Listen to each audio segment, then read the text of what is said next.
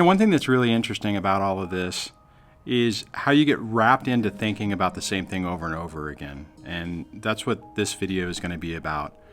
One of the things that's really amazing is it's so easy to get fixated on your situation, which, I mean, it's your life, it's what's happening, so it absolutely makes sense.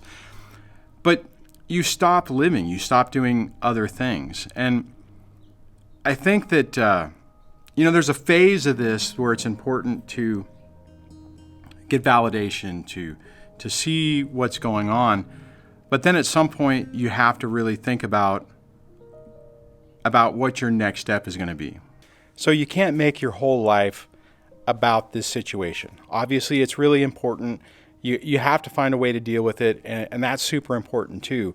But you have to find a way to continue to live your life and to find some peace and joy out of it. If you spend all your time focusing on what's happened to you and what's going on, that is going to just basically kind of be like a feedback loop where you just keep going through the same thing, thinking about the same thing, and it's going to keep your anxiety and your stress up and basically prevent you from moving past this.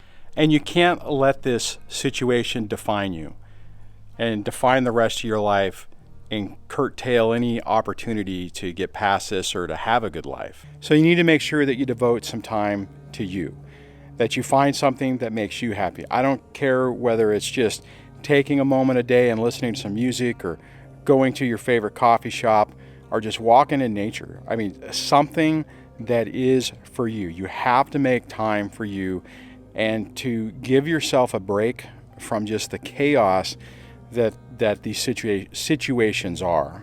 And I get how difficult that is, right? I mean, I know whenever I was going through my part of this, it seemed like there was no way to get away from this. I was financially destroyed, had no money, had no ability to even try to find something to give me some peace. And the reality is that everything I looked around at basically just reinforced or reminded me of the nightmare that I was currently living. And I realize as I'm talking about this, that this advice that I'm putting out there, I couldn't wrap my head around at the time. I was so fixated on the nightmare and so fixated on what was going on that even the idea of putting my guard down to enjoy myself for a moment seemed, what's the word? Like counterproductive or risky. Maybe risky is a better word for it. That I just didn't know, if I let my guard down, what would happen next. One of the things that's really interesting about this, or one of the things you need to remind yourself of, is you have time. All of these things take a significant amount of time, which is really annoying because you want it over fast. You don't want to deal with it.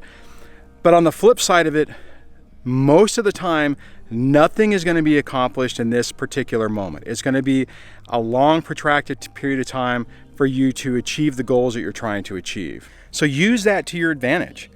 Whenever you have a little bit of downtime, if you're not seeing your kids, if you're in the early parts of this, find something that you can do to take a break.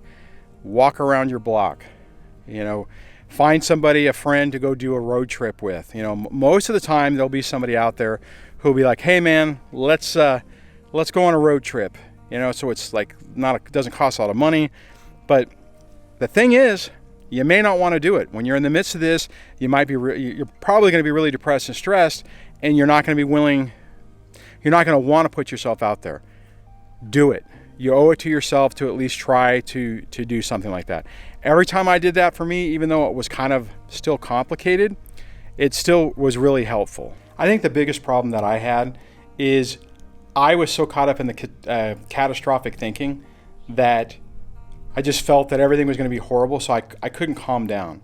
Most of the time, if you can relax, you can keep yourself calm, and you don't make mistakes, you're going to be okay. Even if your ex has orchestrated a situation to where you're not able to see your kids, you're rolling up on hundreds of days where you haven't seen them, stay the course, and most of the time, unless you screw up, and a lot of times that's what this whole thing is to do, is just try to break you and get you to make a mistake that they can leverage off of, they'll ultimately lose.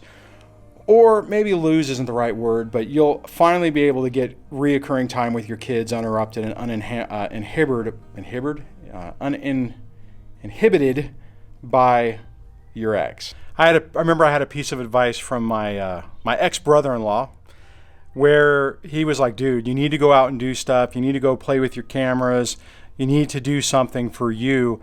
And at the time, the ex was going after all my stuff, and I just was kind of like putting it all away. And that was a mistake. I should have carved out some time to do some things to make me happy, to feel joyful about what was going on. Well, not what was going on, but find some joy in my day. So for me personally, I ended up burning probably a good couple of years, not really willing to do that. Now, I will say that after a while, I just started hanging out, like on the photography side. I found some friends. I found some people who were into doing some studio stuff, and I was able to hang out with them. And I made some met some really good people and did some really cool stuff. If I can find some images, I'll intersperse them through this. But it's like one of those steps that you do to take your life back. And the key thing to remember is they want to break you. They don't want you to get your life back. They don't want you to find any joy. They don't want you to be happy. They want you to be miserable. They want you to constantly be thinking about the nightmare that you're living and not get any relief from it. So in some ways you can look at this, and when you realize that if you take some of your power back and you do something for you, you're kind of getting back at them too, which is a good thing. I know I've asked this question in past videos, but this would be an interesting one to see is what makes you happy?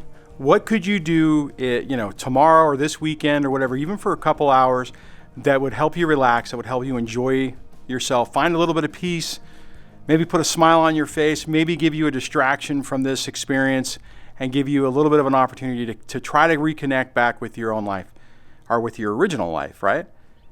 Love to hear put what you would do in the comments below. I'd love to see that and just kind of see what other people do. For me, I like photography. I like doing video. That would be my main thing. Besides that, it would be, I really like listening to relaxing music and just having a calm, peaceful house. Like, when it's weather's really nice, you got the windows open and you let the air just come through and the sunlight's coming in. I really like that. So put that in the comments below, and I think I'm going to wrap this up, and I'll chat with you in the next video. Take care.